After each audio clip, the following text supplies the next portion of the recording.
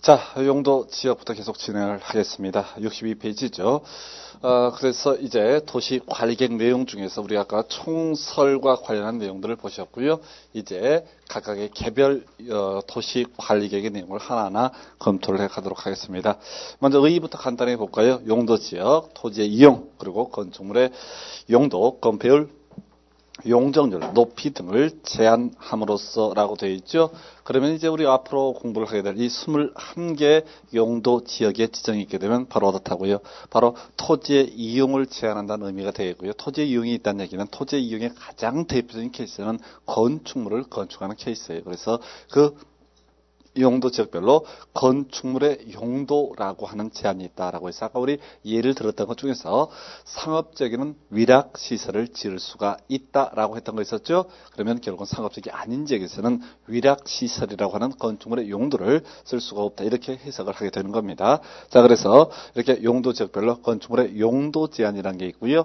자, 이 규모전의 한 형태로서 건폐율이 있고 용적률이 있고요. 그리고 건폐율과 용적률이 결합이 되게 되면 결국은 높이 제한까지 발생을 하게 되거든요. 그래서 자, 건축물의 용도, 건폐율, 용적률, 높이 등을 제한함으로써 자, 토지를 경제 효율적으로 이용하고 공공복리 증진을 도모하기 위해서 그 다음 밑줄 서로 중복되지 아니하게 몇 번 강조드리고 있죠. 용도 지역은 토지의 주 용도를 결정하는 것으로서 바로 어떻다? 바로 중복하여 지정할 수 없다, 이렇게 해석을 하게 됩니다.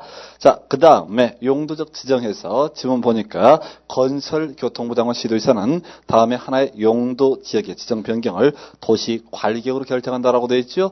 그러면 결국은 용도 지역을 지정하는 절차는 바로 어떻다? 도시관리계획 2반에서 결정하는 절차를 거쳐서 용도 지역을 지정을 하게 된다, 이렇게 해석을 하는 거예요. 왜? 용도 지역 자체가 뭐니까 도시관리계획의 한 내용이다 보니까 그런 것이다, 이렇게 판단을 합니다. 자, 그래서 용도 지역을 보게 되면은 62, 63페이지를 크게 용도 지역을 4개로 우선 쪼개놓고 있습니다. 먼저 도시지역이라고 하는 것도 있죠. 그 다음 관리지역 있죠. 그 다음 농림지역 있죠. 예, 그리고 자연환경보전, 이렇게 용도지역은 앞에서 우리가 간단히 언급드렸지만 주로 이렇게 크게 4개 용도지역으로 분류를 할 수 있다. 이거 나중에 쪼개다 보면 21개까지 다 쪼개지게 됩니다. 자, 그랬을 때 자, 용도지역 중에서 도시지역 보니까 중요한 키워드 잡으셔야겠습니다. 인구와 산업, 이게 키워드죠. 인구와 산업이 밀집되어 있거나 밀집이 예상돼서, 그러니까 당장 용도지역을 정할 때는 당장 현상만 검토하는 것이 아니라 어떻다? 장래 이용 가능성까지 검토하는 것이 뭐가 된다? 용도지역에 지정이 되겠다라고 해서 중요한 키워드 뭐다? 인구, 산업, 이게 제일 중요한 키워드입니다. 뒤에 뭐 개발, 정비, 보전 뭐 이런 것들은 큰 쟁점은 안 되겠고, 자, 어떤 지역을 조사를 해봅니다. 자, 기초조사를 조사 측량을 해보니까 인구와 산업의 집중이 이미 돼 있거나 또는 예상된다. 그러면 이 지역을 뭘로? 도시지역으로 이렇게 지정을 할 수가 있다, 이런 의미가 되겠습니다. 물론 거기 나와 있는 것처럼 도시지역은 앞으로 주상공로 크게 4개 용도지역으로 분류를 할 수가 있다, 이렇게 돼 있어요. 4개 용도지역으로 분류를 할 수가 있다. 자, 그렇게 보시면 되겠고, 자, 그 다음에 여러분들 주로 먼저 보실게 63페이지에 농림지역과 자연환경보전지역부터 먼저 검토를 하도록 하겠습니다. 농림지역 보니까 도시지역에 속하지 않는 농지법에 의한 농업진흥지역 또는 산지관리법에 의한 보전산지 등으로서 의미 없죠. 그 다음 얘기죠. 바로 농림업의 진흥과 삶의 보전을 위해서 필요한 지역이 뭐가 된다? 농림지역. 그럼 조사를 해보니까 여기는 농사 짓기 좋은 땅이다. 또 산림, 숲을 잘 가꿀 필요가 있다라고 판단하면 용도지역을 뭘로? 자, 바로 농림지역으로 정할 수 있다. 특히 농림지역, 림, 숲을 림자에 키워드를 맞춰주시기 바랍니다. 농업은 당연히 농림지역 쉽게 가는데 임업, 나무, 숲을 가꾸기 위해서 뭘로요? 농림지역으로 정할 수가 있다, 이렇게 해석을 하게 되는, 주의하셔서 그거 체크하셔야 됩니다. 농림지역이라고 하는 부분 아주 키워드가 되고, 나중에 우리 공부하시다 보면 주로 함정에 빠지는 게 농림지역에서 농업만 생각하래요. 농업만. 그게 아니고 숲을 가꾸기 위해서도 뭘로 정할 수 있다?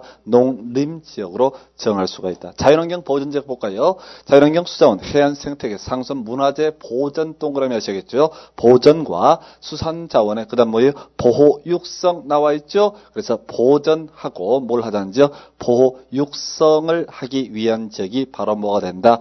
자연환경 보전지역이 된다. 이렇게 해석을 합니다. 특히 자연환경 보전지역은 개수가 많기 때문에 좀 이렇게 잡다한 내용을 다 보지 마시고 보전 그리고 보호 육성 과거 시험에서 이미 다뤄진 바가 있어요.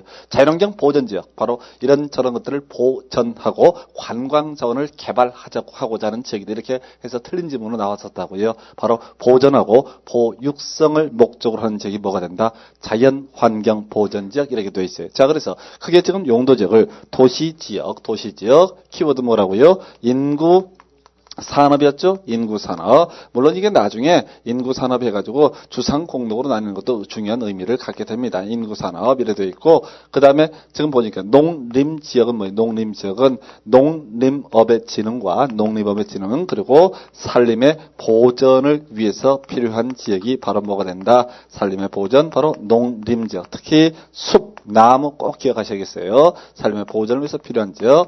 자, 그 다음에 자연환경 보전지역이라고 하는 것 있죠. 자연환경 보전지역. 바로 뭘 하자는 지역? 보전하고 그 다음에 뭐예요? 보호 육성을 하고자 하는 지역이 바로 뭐가 된다?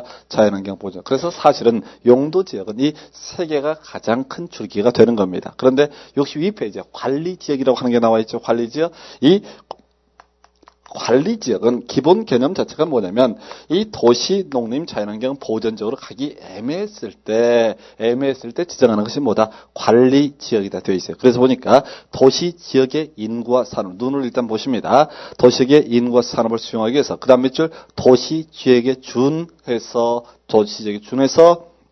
관리 이렇게 되어 있죠. 거기 뭐 밑줄 도시에게 준해서 관리라는 표현.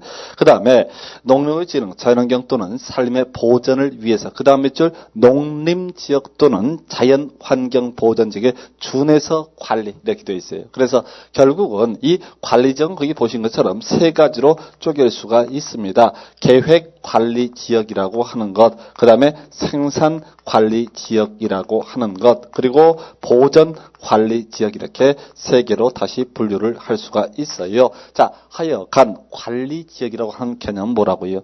농림지역에 준해서, 자연환경 보전지역 준해서, 그리고 도시지역에 준해서. 그러면 바로 해결하게 되면 도시지역에서 준해서 관리를 하자는 지역을 우리는 뭐라고 그런다? 계획관리지역. 그 다음에 농림지역에 준해서 관리하자는 지역을 생산관리지역. 그리고 자연환경 보전지역에 준해서 관리를 하자는 지역이 바로 뭐가 된다? 보전관리지역 이렇게 분류를 해요. 그러나 이 관리지역 전체를 뭉뚱그려서 생각을 항상 해두셔야 돼요. 여기 구체적으로 아는 것도 의미가 있지만 관리지역은 뭐다? 아직 마음을 정하지 못한 토지입니다. 조사를 해봐도 농림지역으로 가자니 좀 그렇고 자연환경 보전지역으로 가자니 좀 이런저런 애로사항이 있고 도시적으로 가자니 또 답이 아닌 것 같고 그때 바로 용도지역을 뭘로 이렇게 관리지역. 그래서 나중에 제가 그런 말씀을 드립니다. 관리지역은 유보된 토지다. 이렇게 유보된 토지. 아직 확실히 방향을 정하지 못한 토지가 뭐가 된다? 관리지역이다. 이렇게 해석을 합니다. 그래서 계획관리 이렇게 법에 정의하고 있네요. 도시지역으로 편입이 예상되는 지역 또는 자연환경을 고려해서 제한적인 이용 개발을 하려는 지역으로서 계획적, 체계적 관리가 필요한 지역. 이걸 우리가 계획관리지역 이렇게 되어 있고요. 두 번째, 농업, 임업, 어업, 생산 등을 위해서 관리가 필요하나 주변 용도 지역과의 관계 등을 고려할 때 농림지역으로 지정해서 관리하기가 곤란한 지역. 이걸 뭐라고 한다? 바로 생산관리. 농업이 생산이지 않습니까? 그렇게 판단하시면 되겠고 보존관리지역. 바로 자연환경 보호, 산림보호, 수질오염 방지, 녹지 공간 확보 및 생태계 보전 등을 위해서 보전이 필요하나 자, 주변 용도 지역과의 관계 등을 고려할 때 자연환경 보전적으로 지정해서 관리가 하기 곤란한 지역 이렇게 되어 있다고요. 그래서 사실은 지금 이제 용도 지역을 이렇게 크게 분류를 해봤는데요. 이게 딱 답이 안 떨어집니다. 답이 안 떨어진다는 얘기는 뭐냐면은 용도 지역을 지정하면서는 이렇게 입안하는 자 또는 결정하는 자의 어떤 재량의 여지가 아주 폭넓게 인정이 되게 됩니다. 한번 토지를 가지고 예를 들어볼까요? 어떤 토지가 있어요. 여기가 숲이 아주 좋아. 숲이 아주 잘 가꿔져 있어요. 그런데 한 특별한 근거는 없는데 한 10년 후쯤에 인구의 집중이 예상이 돼요. 아주 골 때리는 땅이죠. 숲을 잘 가꾸고 싶은데 10년 후에 인구의 집중이 예상이 돼요. 자, 먼저 보겠습니다. 숲을 가꾸려면 아까 우리 뭘로 정할 수 있다? 농림지역으로 정할 수, 자연환경 보전지역 하지 마시고 먼저 농림지역부터 나와야 된다니까요. 자연환경 보전지역이 본능적으로 나오는 거 알고 있으니까 의도적으로 기억하시라고요. 산림의 보전을 위해서 뭘로 정할 수 있다? 농림지역. 그러니까 농림지역 정할 수 있죠. 그죠? 그리고 이 숲은 또 뭐예요? 자연환경의 일부잖아요. 그럼 당연히 또 뭘 정할 수 있다? 자연환경 보전지역으로 정할 수도 있다. 그죠? 근데 앞으로 인구의 집중이 예상이 된단 말이에요. 그럼 뭘로 정할 수도 있다? 도시 지역으로 정할 수도 있는 거죠? 인구, 산업, 바로 도시계획이니까. 예상. 아까 당장 집중이 안 돼 있어도 앞으로 집중이 예상되면 뭘로 도시적으로 정할 수 있다고 그랬단 말이에요. 그럼 세 개 다 갈 수 있죠? 세 개 다 갈 수 있다는 얘기는 다 관리적으로 갈 수도 있다는 얘기잖아요. 이 농림지역으로 지정이 좀 찜찜하네 하면 생산관리죠. 또 이 지역을 자연환경 보호전적으로 지정이 좀 찜찜하면 보호전관리. 도시적으로 지정이 왠지 암담하다 그러면 계획관리적으로 갈 수가 있다는 얘기예요. 그래서 이렇게 용도지역이라고 하는 것은 특히 도시관리계획이라고 포괄적으로 묶어서 얘기합니다. 바로 입안자 그리고 결정자에게 폭넓은 재량의 여지가 인정된다라고 했던 것이 판례 지문 중에 하나가 되겠습니다. 그래서 좀 이해를 해주시면 되고 다 이제 63페이지 도시지역의 세분 지정에 대해서 보도록 합니다. 자, 우리 도시지역은 아까 주상 공로까지 이렇게 분류하는 걸 봤어요. 교재 보면서 확인을 하겠습니다. 도시지역 보니까 먼저 주거지역 나와 있죠. 이렇게 정의를 하고 있네요. 전용주거, 일반주거, 준주거지역으로 나눌 수가 있다 해서 전용 주거지역은 1종과 2종이죠. 자, 먼저 이 전용 주거지역하고 일반 주거지역을 한번 비교를 한번 해보겠습니다. 보면 그 앞부분은 그렇다 치고 뒷부분은 좀 차이가 있죠. 전용 주거지역은 뭘 하자는 지역이다. 양호한 주거 환경 이래 되어 있죠. 일반 주거지역은 뭡니까? 공통적으로 편리한 주거 환경 되어 있죠. 양호한 주거 환경과 편리한 주거 환경의 차이가 뭔지 느낌이 오세요?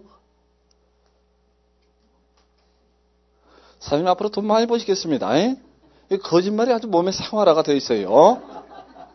이 복덕방 하실 분들이 이 거짓말 잘하셔야 돈 법니다. 그러나 수업 시간에 서로 전쟁을 하자는 얘기죠. 오늘 그럼 사장님 오늘 그 일본에서 강도 8.3 지진 난 거 느끼셨겠네요. 그 말이라고요. 이 정도 이걸 가지고 어떤 미세한 차이를 알 수 있는 사람이면 오늘 일본에서 지진이 났대요. 8.3 강도. 무슨 선생이 얘기를 하면 손 구라로만 받아. 아, 진짜 났다니까 8.3 강도예요. 그래, 뭐, 쓰나미가 우려된다, 뭐, 지금, 난리가 났어요. 하여튼, 거기는, 하여튼 뭐, 하다가 이렇게 날벼락을 일본 사람들은 참 찜찜할 것 같아요. 뭐, 이래저래 잘 나가다가 갑자기 지진 났었다. 날벼락 맞고. 뭐, 또 그게 또 생활이 되면 또 익숙해지기도 하죠, 거기에. 그래서, 뭐, 오늘 지진 났대. 그리고 한 몇백 명 죽었대. 뭐, 그렇게 많이 안 죽었대. 이렇게 자연스럽게. 그리고 제가 무슨 멘트를 날 때는 거의 99%가 진실이니까 믿음을 좀 가지고 가세요. 그러니까 다른 선생님들이 보니까 사기 많이 치는 것 같습니다. 보니까 제가 강의 모니터링 해보면 손 반이 사기야. 아니 그냥 98%가 사기고 2% 자기 이름 얘기할 때 그거 하나만 진실이다. 이런 느낌을 받는데 제가 아까 운전면허 이것도 다 사기로 받아들였겠네요. 다 진짜예요. 운전면허 없어요. 그리고 저쪽 강원도 쪽 놀러 갈 때 뒤져 떠드느라고. 고속도로 타면 지금 이제 고속도로 하니까 괜찮은데 옛날에 고속도로 제대로 안 돼 있을 때는 그 뭡니까 양구 뭐 화천 뭐 이쪽으로 가는 그 무슨 뭐요 뭐 큰 호수도 있고 막 그러잖아요. 중간에요. 댐 때문에 댐 막아가지고 그 어딘지도 몰라요. 계속 떠드느라고. 운전자가 졸면 안 된대요. 그 저보고 좀 떠들어 이렇게 해가지고 계속 떠드는 거예요. 자, 다시 돌아가서 씨알점 얘기. 자, 이 편리한 주거 환경, 양호한 주거 환경 구분하기 어렵습니다. 그래서 단순하게 가셔야 돼요. 전양 1편에서 전용 주거지역은 뭐다? 양호한 주거 환경, 일반 주거지역은 뭐다? 편리한 주거. 전양 1편 동그라미 쳐두셔야 돼요. 그래서 외우려고 전양 1편 단심 이렇게 하고 단심은 향단이 동생을 단심이라 불러요. 그래서 자, 전양 1편 이렇게 가도록 합니다. 자, 오늘 김양도 아까 나왔었고 이제 전양도 나오고 좋습니다.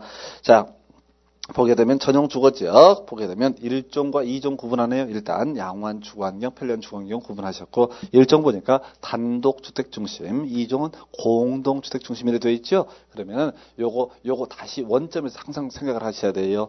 자, 용도 지역, 각각의 개별 용도 지역이 지정이 되게 되면 건축물의 용도, 종류, 규모 제한 나온다고 그랬었죠. 지금 그러면 제1종 전용 주거지역은 단독주택이라고 하는 건축물의 용도를 가지고 주로 활용을 한다 이런 의미가 되겠네요. 그러면 제1종 전용 주거 미리 결론 내려드립니다. 아파트 설치가 금지가 되는 지역입니다. 아파트 설치가 금지되는 지역이 바로 뭐가 된다? 제1종 전용 주거지역 이렇게 해석합니다. 자, 그 다음에 제2종 전용 주거지역 보니까 공동주택 이렇게 되어 있고 참고하시면 되겠고요. 그 다음에 제1종 일반 주거지역 보니까 저층, 중층, 중고층 이런 식으로 되어 있죠. 2종, 3종이. 그래서 저층은 4층 이하를 의미를 하게 됩니다. 중층은 15층 이하를 의미합니다. 자, 중고층은 뭐예요? 자, 15층을 넘는 경우까지 상정을 하는 거예요. 자, 그래서 제1종 일반 주거지역 최대 몇 층까지 지을 수 있다? 4층까지 지을 수가 있어요. 4층까지 지을 수 있다는 얘기는 뭐예요? 아파트 설치가 금지가 되는 겁니다. 아파트는요, 5개 층 이상이 주택 용도로 쓰였을 때 그 건축물을 뭐라 부른다? 아파트. 얘는 최대 4층까지니까 결국은 제1종 일반 주거 지역도 아파트의 설치가 금지가 된다. 이렇게 해석을 하도록 합니다. 자, 그다음 준주거지역 나와 있죠? 자, 주거지역 중에서 6번째 내용, 바로 주거 기능 위주로 이를 지은 일부 상업 기능 동그라미에 상업 기능 동그라미. 자, 지금 준주거지역은 주거 기능도 가능하고 상업 기능도 가능하다라고 되어 있죠. 그러면 토지를 말이에요. 상업 기능으로도 활용할 수 있고 주거 기능으로 활용할 수 있다고 한다면 사람들은 주로 뭘 활용할 것이다? 상업 기능으로 활용을 할 것이다. 그래서 예를요, 준주거지역은 앞으로 공부를 쭉 하시다 보면은 주로 바로 상업지역 친구들하고 같이 놀아요. 즉 상업지역에 관한 규제를 얘기할 때 얘가 꼭 끼어요. 준주거지역 또는 상업지역 이런 식으로 항상 나옵니다. 그래서 요거 미리 말씀드렸고 그 다음에 상업지역 본격적으로 들어갑니다. 중심상업, 일반상업, 근린상업, 유통상업 되어 있죠. 뭐 중심상업지역, 도심, 부도심의 상업기능 등등등 되어 있는데 가장 번화한 도심지를 바로 중심상업지역 이렇게 얘기해요. 이런 땅 한 편 가져봤으면 참 좋겠습니다. 자, 두 번째 중심상업지역, 얘보다 좀 떨어지는 애들 바로 중심상업지역이라고 이렇게 얘기를 해요. 그 다음 이제 그 유통상업적하고 근린상업적이 사실 이제 우리 공부하실 때 주로 이제 싸우는 애들이에요. 근린상업적 보니까 이래 되어 있죠.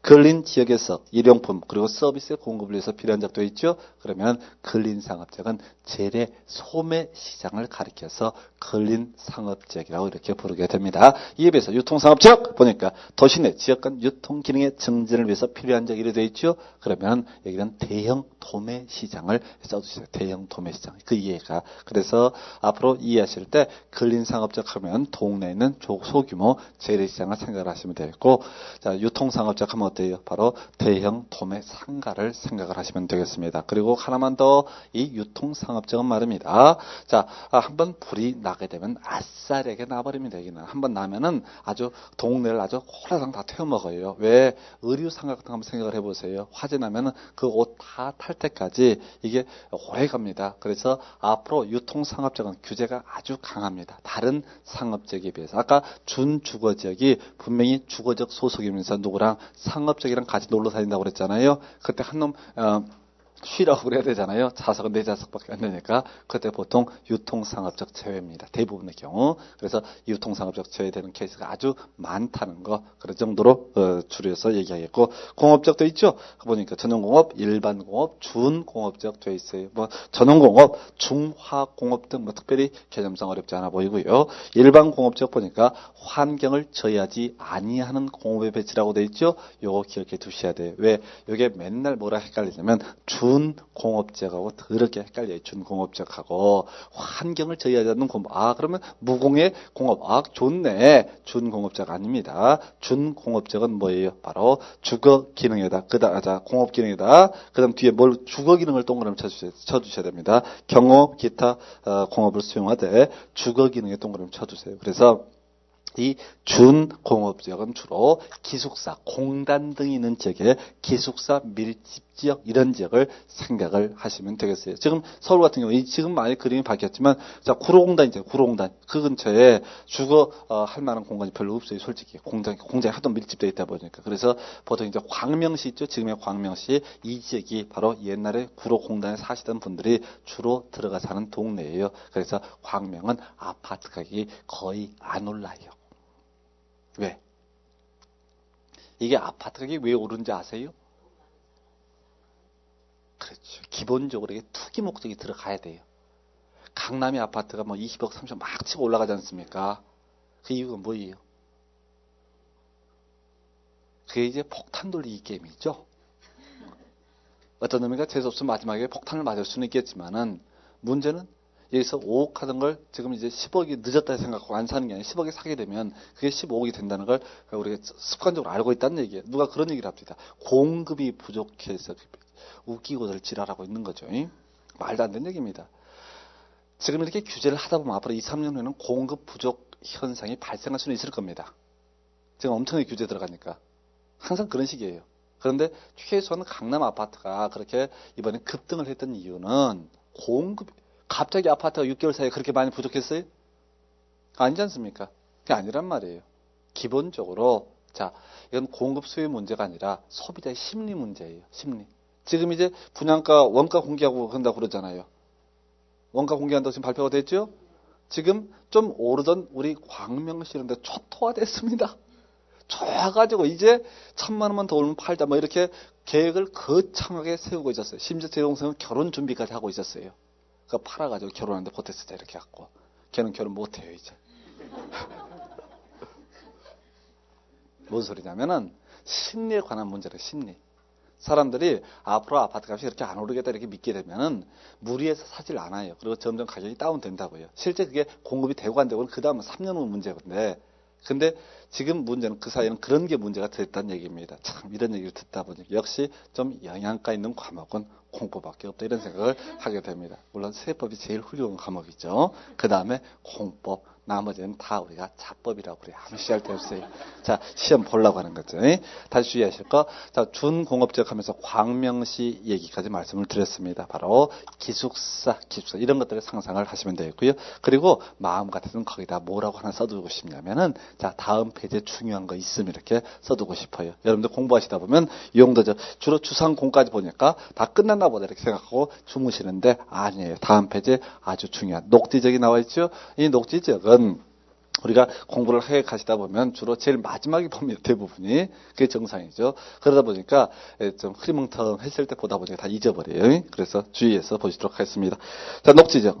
도시의 녹지공원 확보, 도시 확산 방지, 장래 도시 용지 공급 등을 위해서 보존할 필요가 있는 지역으로서 불가피한 경우에 한해서 그 다음 밑줄 제한적인 개발이 허용될 제한적 개발이라는 부분만 밑줄을 그어두시기 바랍니다. 제가 누차 강조드리지만은 우리 조선 말씀은 제일 뒤쪽을 봐야지 핵심적인 요지가 들어있다고요. 그래서 앞에 이런저런 잡다한 얘기 신경 쓰지 마시고요. 어찌됐든 녹지 중에서 개발할 수 있는 지역이 뭐가 된다? 자연 녹지다 이렇게 해석을 합니다. 그다음 생산 녹지 볼까요? 주로 농업적 생산을 위해서 개발 유보 밑줄 개발 유보 이게 키워드예요. 제가 우리 도시 외곽 지역 중에서 그런 거 있잖아요. 벼농사 짓고 쌀 농사 짓고 이런 데를 생각을 하시면 되겠습니다. 그다음에 보전 녹지 저주 받은 땅이라고 이렇게 얘기합니다. 자, 그래서 도시의 자연환경 경관 산림 및 녹지 공간을 보전 동그라미 해주셔야 돼요. 보전.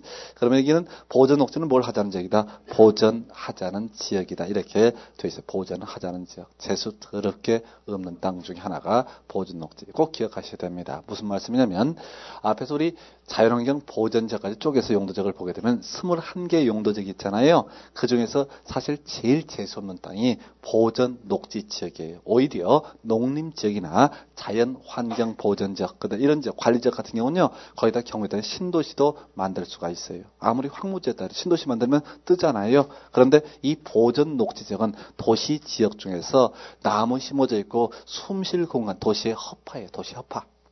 도시업하다 보니까 여기를 개발을 해버리게 되면 어떤 문제가 발생하면 그 도시 자체가 완전히 시멘트 숲이 돼버려요. 그래서 절대로 개발을 해서는 안 되는 지역이 바로 뭐가 된다? 보존녹지. 앞으로 도시 개발법을 공부하실 때 유일하게 이 21개 용도 지역 중에 유일하게 도시 개발 구역을 지정할 수 없는 지역이 바로 뭐가 된다? 보전 녹지 지역이다 이렇게 해석을 하게 됩니다. 그러니까 재수 없는 땅이에요. 재수 없는 땅. 이런 땅이라 좀 있어 봤으면 좋겠습니다.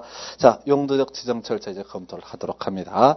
자, 지금 우리 용도적 21개 있죠? 그럼 이렇게 보는 거예요. 자, 저 지정 절차 보니까 건교부장과 시도지사는 용도적 지정 변경을 도시 관리격으로 결정한다라고 되어 있죠?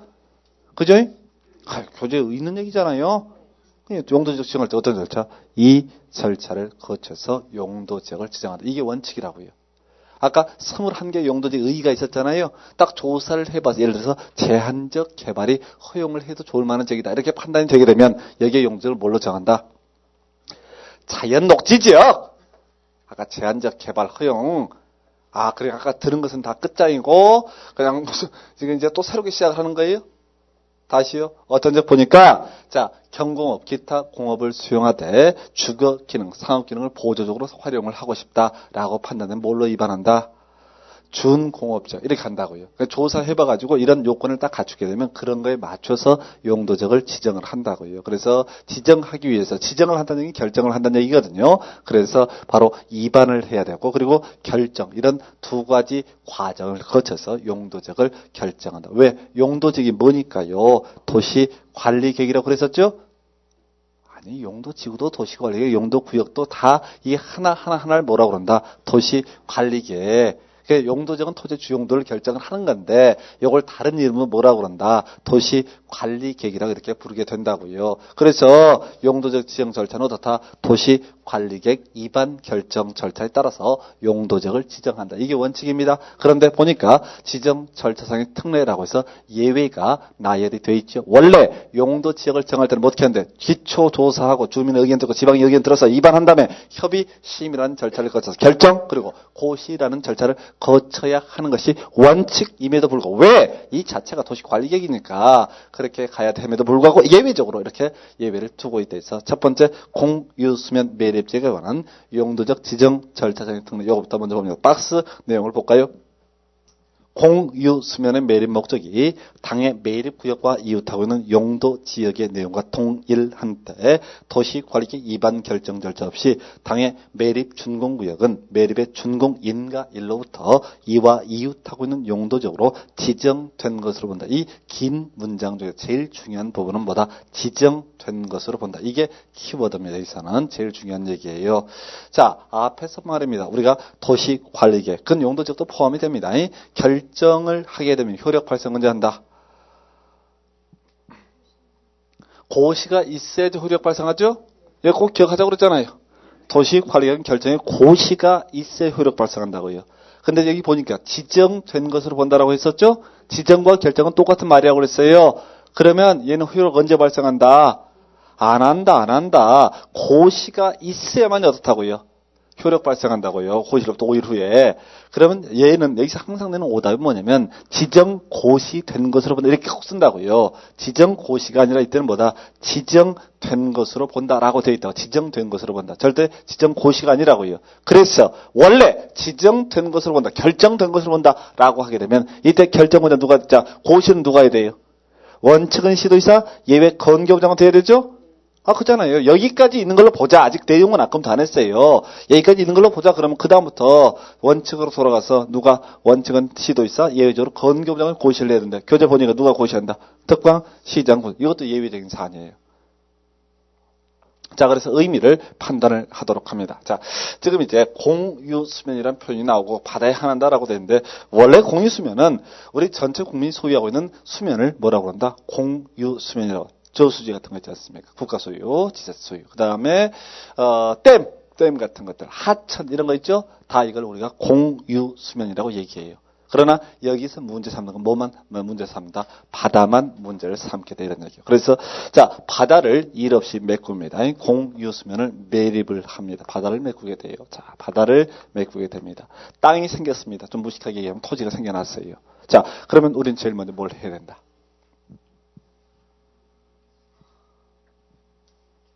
용도 지역부터 해야 되죠? 용도 지역은 대한민국 토지에 무조건 있다고 그랬잖아요. 그죠? 용도 지역부터 지정을 해줘야 된다고요. 나머지 도시관리계획은 안 해도 돼요. 필요할 때만 하면 되는 거니까. 하지만 용도 지역 무조건 위반해야 된다고 그랬잖아요. 아무 위반도 없으면 뭘로 본다? 자연환경 보전적으로 본다. 이렇게 공부를 하셨단 말이에요. 좀 이따 다시 한번 확인합니다. 자, 그랬을 때 여기에 용도 지역을 이제 위반을 해야 될 거예요. 원래 절차 어떤 절차? 도시관리계획 위반 결정 절차를 거쳐야 되죠? 이게 원칙인데 예외를 두고 있다고요. 바로 이렇게 얘기하는 거예요. 이 매립구역의 매립 목적을 먼저 검토를 해보고 이 매립 목적과 이웃하고 있는 용도 지역의 내용이라고 하는 것을 검토를 한다고. 용도 지역의 내용. 그래서 이 용도 지역의 내용과 매립 목적이 만약 동일하다라고 하게 되면은 이때는 바로 뭘로 보자? 이때는 바로 이웃하고 있는 용도 지역으로 지정된 것으로 보자. 바로 예를 들어서 설명을 드리겠습니다. 용도 지역의 내용이 뭐냐 했을 때 예를 들어서입니다. 예를 들어서 자, 매립 목적이 첫 번째 매립 목적이 뭐냐면은 자, 산업단지 국가 산업단지를 조성을 하고자 합니다. 국가 산업단지를 조성을 하고자 해요. 그리고 이웃하고 있는 용도 지역의 내용이 보니까 도시 지역이라고 한번 전제를 해보자고요. 자, 그랬어요. 도시 지역의 의미가 뭐라고 그랬어요? 도시 지역 어떤 지역에 지정한다고 그랬습니까? 인구와 산업이 집중되어 있거나 집중이 예상되는 데 이렇게 했었죠? 인구 산업이 키워드였죠? 그럼 국가 산업단지 뭔지는 잘 모르지만 공장 이런 거 짓자는 거 아니에요? 인구나 산업 집중을 예상할 수 있죠? 내용이 동일하다고요. 그랬을 때 이 매립 구역의 매립 목적이 만약 국가 산업단지 조성이다. 그리고 여기에 이웃하고 있는 용도지 만약 도시지역이다. 그랬을 때는 이건 보나마나 결과 빤하니까 그냥 뭘로 보자. 원래는 도시거리 위반 결정 과정을 다 거쳐야 했는데 복잡 필요니까 생략을 해버리고 어떻게 하자? 도시지역으로 결정 고시된 것으로 보자. 이런 얘기죠. 무엇을 고시를 해요? 고시는 빠진다니까. 고시는 아니라고요. 지정된 것으로 본다. 따라서 원칙적으로 고시 필요한데 이때는 특공시장 군수가 고시를 해야 된다라고 되어 있다고요. 절대 결정 고시된 것으로 본다. 그러면 그게 함정이라니까요. 열심히 공부를 해가지고 거기서 함정이 꼭 빠진다고요. 그래서 제가 아까 내용 검토도 하기 전에 먼저 지정되는 것으로 본다. 요것만 밑줄 딱 그었잖아요. 이게 말장난하는 부분이라고. 지정고시가 아니라 다 지정된 것으로 본다. 이렇게 해석을 하셔야 됩니다. 그래서 요거 그럼 반대 케이스를 보는 거예요. 만약에 이 이웃하고 있는 용도 지역이 만약에 농림 지역이다 하게 되면 농림 지역이다. 그러면 이건 얘기가 틀려지죠? 이거 내용이 뭐예요? 농림업의 진흥과 산림보전이죠? 산림보전. 그러면 용도적인 내용이 이거란 말이에요. 이거하고 이웃하고 있는 이 매립구역의 매립 목적은 다른 케이스죠? 다를 때는 어떻다? 당연히 도시관리의 위반 결정 과정을 거쳐서 어떻게 한다? 용도지역을 지정을 해야 된다. 이렇게 된다고요. 그러면 딱 한 가지 예외는 뭐냐면 바로 매립구역의 매립 목적하고 이웃하고 있는 용도지역 내용이 동일한 경우에 한해서만 어떻게 하자? 절차를 좀 생략을 할 수 있도록 하자. 이렇게 절차상의 특례를 이렇게 인정을 해주고 있는 겁니다. 자, 다음에 그 니은번이죠. 다른 법률에 의한 용도적의 의제라고 해서 먼저 A번 도시적 결정고시 간주라고 하는 거 나와 있죠. 잘 찾아야 돼요. 중간에 CR 때문에 얘기는 다 생략을 했으니까요. 도시적 결정고시 간주 찾으셨어요? 다음에 하나의 용도 지역, 구역 등으로 지정 고시된 지역은 이 법에 의한 도시지역으로 결정 고시된 것으로 본다. 여기서는 뭐 어디까지? 결정 고시죠? 아까는 뭐 있어요? 결정의 특례, 지정의 특례, 결정이나 지정은 똑같은 말이라고 그랬어요. 이들은 바로 도시적으로 결정, 고시된 것으로 본다라고 되어 있습니다. 이제 이 부분을 가지고 설명을 드리도록 하겠습니다. 이 부분을 가지고 이제 제가 일부러 지금 처음에는 어려운 사안을 가지고 설명을 드릴 거예요. 자, 지금 제가 강의를 하는데 요즘에는 지금 처음 순환 때는 제가 어렵게 강의를 합니다. 어렵게 강의를 한다는 게 법 원칙을 다 하나하나 설명을 드립니다. 이게 경우에 따른 오히려 어려울 수도 있어요. 이 말장난 해가지고 외우면 더 유리할 수도 있거든요. 근데 나중에 그게 본전, 미천이 드러나요. 특히 요즘의 시험이 수험생들이 적당히 몇 개 외워가지고 쇼부를 보는 그런 시험이 별로 나오지 않습니다. 17회 시험 때도 상당히 그래서 어려운 면이 있었어요. 공법도 마찬가지고. 그래서 가능한 법 이론을 철저하게 숙지를 하셔야 돼요. 그리고 그까이 거 별거 아닙니다. 왜? 하루에 수백 번 얘기를 하니까. 자, 이거 64페이지 보시기 전에 38페이지 잘 접어놓은 과세요. 흥분해가지고 딱 갔다가 돌아오질 못해가지고 이 몸부림을 치는 경우를 보게 됩니다. 38페이지 보게 되면 2번, 자, 파란색 2번이죠. 도시계획의 법적 지위라고 하는 거 나와 있죠? 있어요? 그거 보시게 되면, 자, 이 국토계획 및 이용에 관한 법, 이 법에 의한 도시계획은 다른 법률에 의한 토지의 이용, 개발, 보전에 관한 계획의 기본이 된다라고 이렇게 쓰여 있는 거 찾으셨어요? 38페이지. 그거 봐요. 짝꿍이 셋이 있는데 한 명만 찾고 나머지 둘은 못 찾아가지고 제일 이제 난감한 분이 그거예요. 짝꿍을 봤는데 그 사람도 딴 데 보고 있어. 그때 한 장 하나 더 설명을 해줄 수도 없고 참. 그거 다시 찾으셨어요? 웃고 즐길 때가 아닙니다.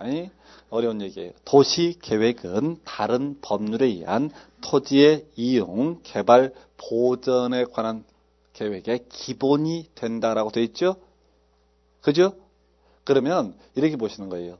이 도시계획하고 다른 법률에 의한 토지 이용 계획이 충돌할 때는 무조건 뭐가 우선 적용은 된다?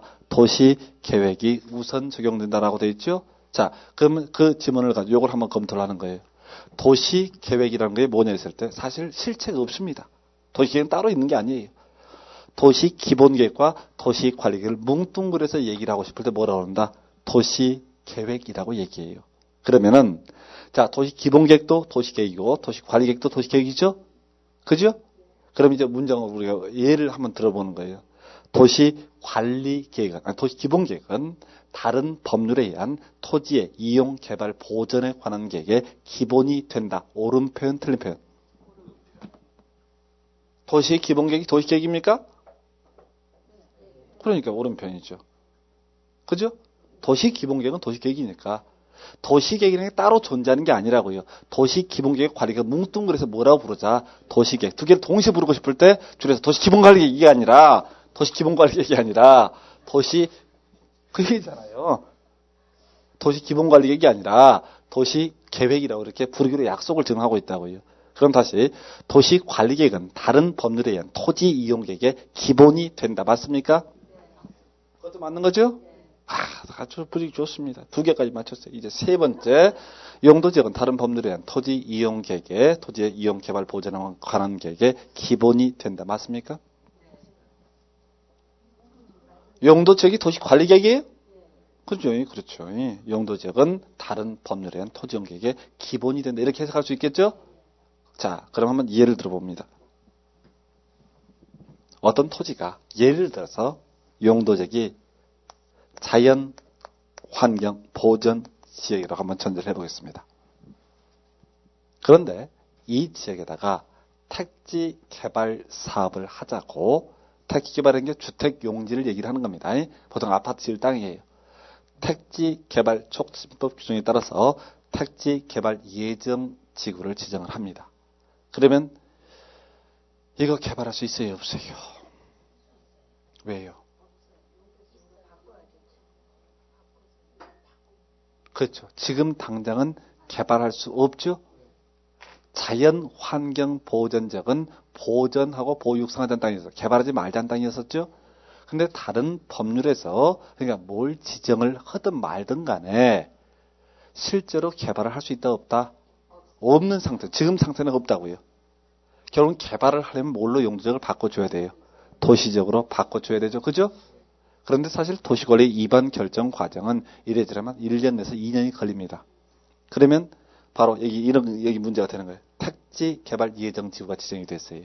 여기를 도시지역으로 이 지문에서처럼 결정 고시된 것으로 보지 않게 되면은 택지 개발 사업을 할 수 있다 없다? 없죠? 한 2년 걸려야 되죠? 택지 개발 예정 지구 지정된 것을 도시관리에 바꾸고 나서 계속 그때 2년까지 기다리다 삽질을 시작을 해야 된다고요. 그죠? 그래서 바로 뭘로 보자? 갑자기 또 지구단 얘기 왜 나와요? 도시적으로 결정 고시된 것으로 보자라는 의미가 이래서 이게 출발하는 거라고요. 안 그러면 큰일 나겠죠? 택지개발 예정 지금 아무것도 못 하잖아요. 2년 기다려야 되잖아요. 그러니까 현실적인 문제를 감안해서 그러면 이 조항의 의미는 바로 어디서 출발하면 도시계획은 다른 법률에 의한 토지용의 기본이 된다.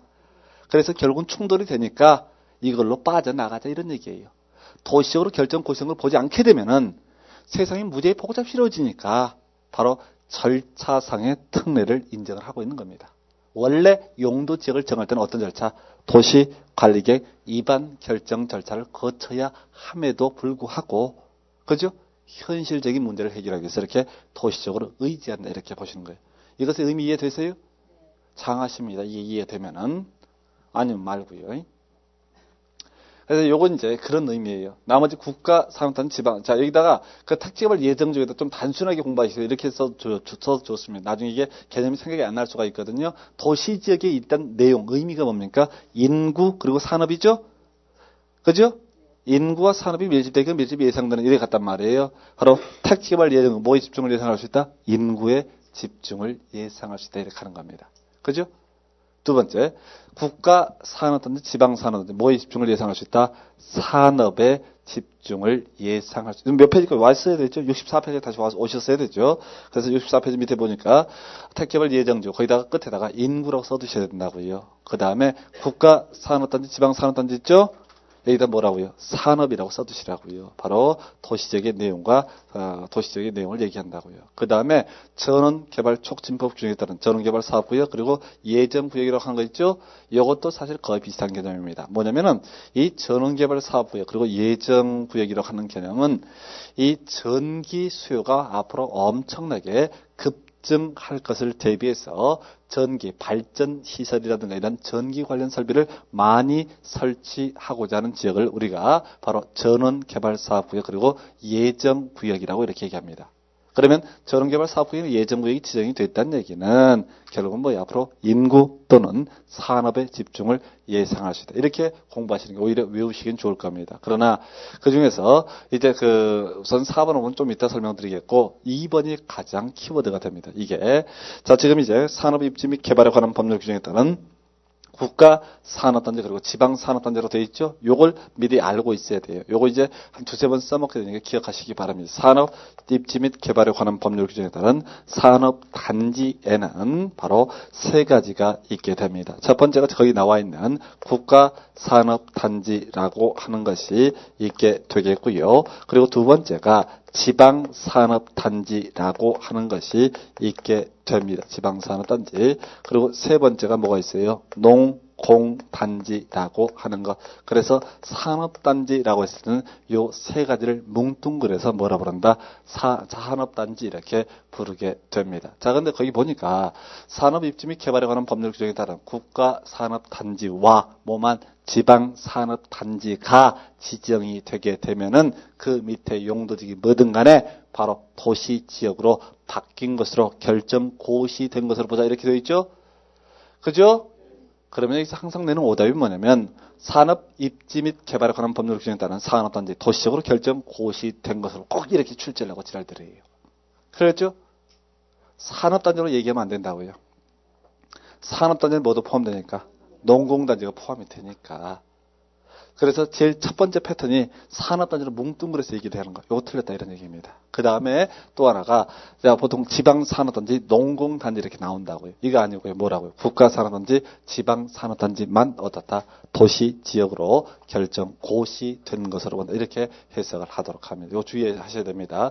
그래서 이 도시적 결정고시 의지에서 가장 그동안 많이 출제가 됐던 것이 바로 이 산업단지와 관련해서 이 개념, 이 분류를 할 수 있는지 요거를 따져봐서 물었던 적이 많습니다. 그 정도 보시면 되고 그 다음에 4번, 5번은 간단하게 설명을 드리겠습니다. 이 4번, 5번은 지금까지 우리 설명드린 거에 약간 출발점이 틀립니다. 먼저 촌어항법엔 어항구역, 항만법엔 항만구역이라고 하는 개념이 있는데 이 어항구역, 항만구역 오늘 또 바다 지금 두 번째 그리고 있습니다. 겨울바다입니다. 겨울에 그리는 바다는 겨울바다니까 많이 봐주시기 바랍니다. 이제 겨울바다가 무엇이고 볼로 갈 일도 없습니다. 대신 여러분들은 이 학원은 참 좋은 점이 있습니다. 바로 겨울 강가를 보실 수가 있습니다. 겨울 강가, 한강이 옆에 있지 않습니까? 그러나 아무도 가지를 않습니다. 집에서 멀리 떨어져 있을 때는 보따리 싸가지고 오기도 했었는데 학원 근처에 있으면 절대로 가지를 않습니다. 그나마 다행이에요. 강이라서 더 좋은 게 있었으면 배가 아팠을 뻔했는데 자, 어항구역, 항만구역을 보도록 합니다. 어항구역, 항만구역. 자, 이 어항구역이나 항만구역의 의미는 환경을 아주 철저하게 보호를 하자고 해서 지정을 하는 것이 어항구역이고요. 항만구역이 되겠습니다. 아주 보호를 열심히 해야 되죠. 그러면은 이 문제, 육지를 보셔야 돼요. 이때 이 육지의 용도적이 뭐다? 도시적이 될 수가 없어요. 기본적으로는. 항만구역을 지금 지정하는 시점에서 여기에 용도적은 분명히 비도시 지역일 겁니다. 왜? 만약 여기가 용도적이 도시적이면은 사람들이 많이 모여 산다는 얘기 아니에요. 어항구역 지정하면 이 항구가 깨끗해져요? 항만구역 지정하면 이게 깨끗해져요? 사기치지 마세요. 어항구역, 항만구역 지정한다고 해서 저절로 깨끗해지는 게 아니라고요. 규제한다고 해서 무조건 깨끗해지는 게 아니라고요. 아, 동네 사람들이 그렇게 박실박실한데 거기서 왔다 갔다 먼지만 하더라도 어때요? 그건 막을 수가 없다는 얘기예요. 그래서 애초에 어항구역이나 항만구역을 지정할 그 당시의 용도적은 뭐였을 것이다? 비도시죠. 비도시기 시골이잖아요. 그죠? 뭔 놈의 비도시적이 시골이에요, 시골이. 관리, 농림, 자연환경 보존적이 나와야지 무슨 비도시죠. 시골, 농촌 아주 환장을 하려고 그러시죠. 비도시적은 관리, 농림, 자연환경 보존적입니다. 앞으로 계속 반복되는 얘기들이에요. 자, 그래서 비도시적은 관리 지역, 즉 도시적이 용도적 적인 도시적이 아니죠. 그러다가 그래서 어항구역, 항만구역을 지정을 해서 규제를 해서 똑같이 썼습니다. 사실 법만 틀리지 의미는 똑같아요. 규제를 하다 보니까 어느 날 문득 여기의 용도적이 도시지역으로 바뀌었어요. 얘는 어항구역, 항만구역을 생각하고 바꾼 게 아니라 그냥 이 지역의 인구가 집중이 예상이 돼서 인구가 산업의 집중이 예상이 돼서 용도적으로 도시로 바꿔놨다고요. 그럼 문제가 생기죠? 이 지역 자연적으로 오염물질 나와요. 뿐만 아니라 이때 문제가 되는 건 뭐냐면 이 도시 지역하고 도시적에 연접한 이 공유수면이 문제가 돼요. 뭐냐면은 딱 선 이쪽으로 가게 되면 뭐예요? 도시적 개발할 수 있어요. 삽질할 수 있다 돼 있어요. 근데 자, 우리 어항구역이나 항만구역 들어오게 되면 어떻게 돼요? 선 하나를 사이에 두고 철저히 숨도 못 쉬는 땅이란 말이에요. 그죠? 규제의 형평성 문제가 있기 때문에 이런 어항구역, 항만구역으로서 도시역에 연접한 공유수면 뭘로 보자? 도시지역으로 결정, 고시되는 것으로 보자. 이렇게 얘기를 하는 거예요. 그래서 이거는 거의 출제가 거의 이루어지긴 하는데 직접 답하고는 주로 관련이 없는 부분이에요. 이게 말장난 하기가 좀 애매하거든요. 그럼 주로 우리가 보실 건 이제 택개발 예정지구, 국가산업단지, 지방산업단지, 그리고 바로 전원개발사업구역, 예정구역. 요건 이제 단독으로도 한 문제 잘 출제하니까 주의해서 잘 봐주셔야겠고요. 그 다음에 이제 65페이지 농림지역 그리고 자연환경 보전지역 등등에 의한 결정고시 의제라고 하는 부분을 보겠습니다. 자, 그래서 지금 보니까 관리지역 안에서 농지법에 의한 농업진흥적으로 지정고시된 지역은 이 법에 의한 농림지역으로 결정고시된 것으로 본다라고 되어 있죠. 자, 보겠습니다. 기본 전제 출발점이 뭐가 된다고요? 뭔 농림지역은 출발점이 뭐냐고 그러니까 제목을 다시 읽어줘 버려요. 관리지역이죠, 관리지역. 그죠? 관리지역 안에서라고 되어 있잖아요. 관리지역의 의미가 뭐 있어요? 아까 제가 뭐라고 그랬어요? 유보된 토지, 어디로 갈란지 완전히 방향을 설정하지 못한 토지가 뭐가 된다? 관리지역이에요, 관리지역. 자, 그래서 어떤 토지가 관리지역으로 이렇게 용도적이 지정이 되어 있는 상태입니다. 자, 이렇게 여기가 관리지역이다 이래 되어 있어요. 자, 그런데 관리지역으로 전제를 하고 이 지역에 농업진흥지역이라고 하는 농지법에서 농업진흥지역이 지정이 되게 됩니다. 농업진흥 지역. 이 농업지능지역 어떤 지역이에요? 농지법에서 어떤 지역을 얘기합니까? 농업을 진흥하기 위한 지역을 농업지능지역이라 그래요. 농사 뒤지게 지어라 이랬다는 얘기예요. 자, 어떤 지역에 농사를 뒤지게 짓자 이렇게 결론을 내리게 되면 토지를 조사해 보니까 이거죠. 조사를 해보니까 농사를 아주 열심히 지어야 되는 지역이다. 그럼 용도지역을 뭘로 바꿔줘야 돼요? 뭘로 바꿔줘야 돼요?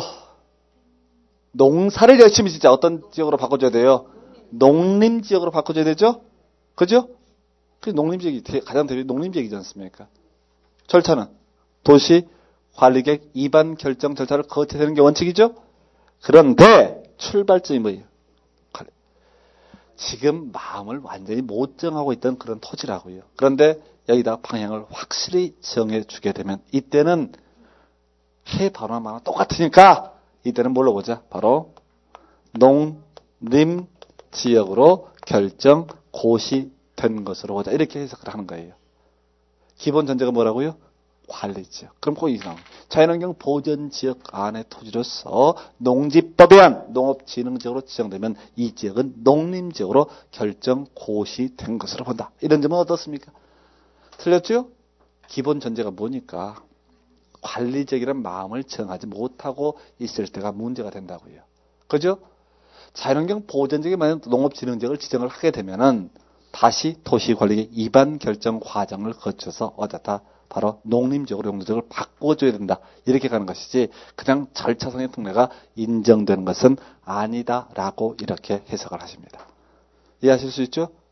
예, 그렇고 또 이런 거 있죠. 지금 관리지역 그 밑에 나와 있는 게 나와 있죠. 관리지역 안에 산림 중 산지관리법에 의한 보전산지로 지정이 된 경우 이 보전산지에 대해서는 뭘로 보자? 그럴 줄도 알았어요. 그런데 또 그냥 아까부터 목 놓아서 외쳤구만. 숲을 잘 가꾸고 싶으면 용도지역 2개 간다고 그랬었죠? 그죠? 숲을림자를 꼭 기억하시라고요.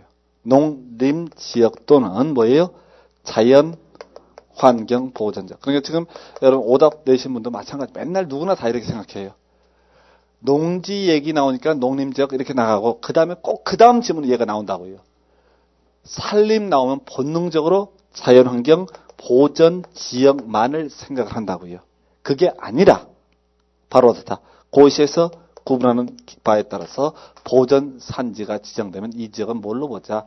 농림지역 또는 자연환경 보전지역으로 결정 고시된 것으로 보자 해서 요거 한번 꼭 나올 겁니다. 우리 그동안 도시적 결정고시 의제가 주로 출제가 됐었는데 요거 문제 낼 때마다 함정이 다 빠집니다. 사람들이. 무조건 여기는 오답이 정해져 있어요. 보전산지는 자연환경 보전지역으로 결정 고시된 것은 아니라고요. 농림지역 또는 자연환경. 요거 함정 빠지기 쉽겠죠?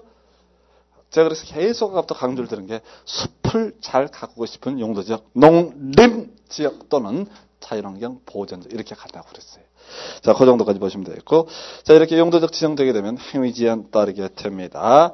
그래서 자 65페이지 밑에 줄 이제 있는 간단히 체크하고 6페이지 가셔야 되는데 용도지역이 지정되면 각각의 용도지역에 따라서 건축물의 용도 종류 규모 제한 그리고 건폐율 용적률 제한이 따른다라고 되어 있고요. 그 다음 페이지 가게 되면 또 그 얘기가 반복되어 있습니다. 자, 잠시 쉬었다가 그러면 여기 양이 좀 많으니까 좀 쉬었다가 요거부터 진행을 해 가겠습니다. 잠시 쉬었다 가겠습니다.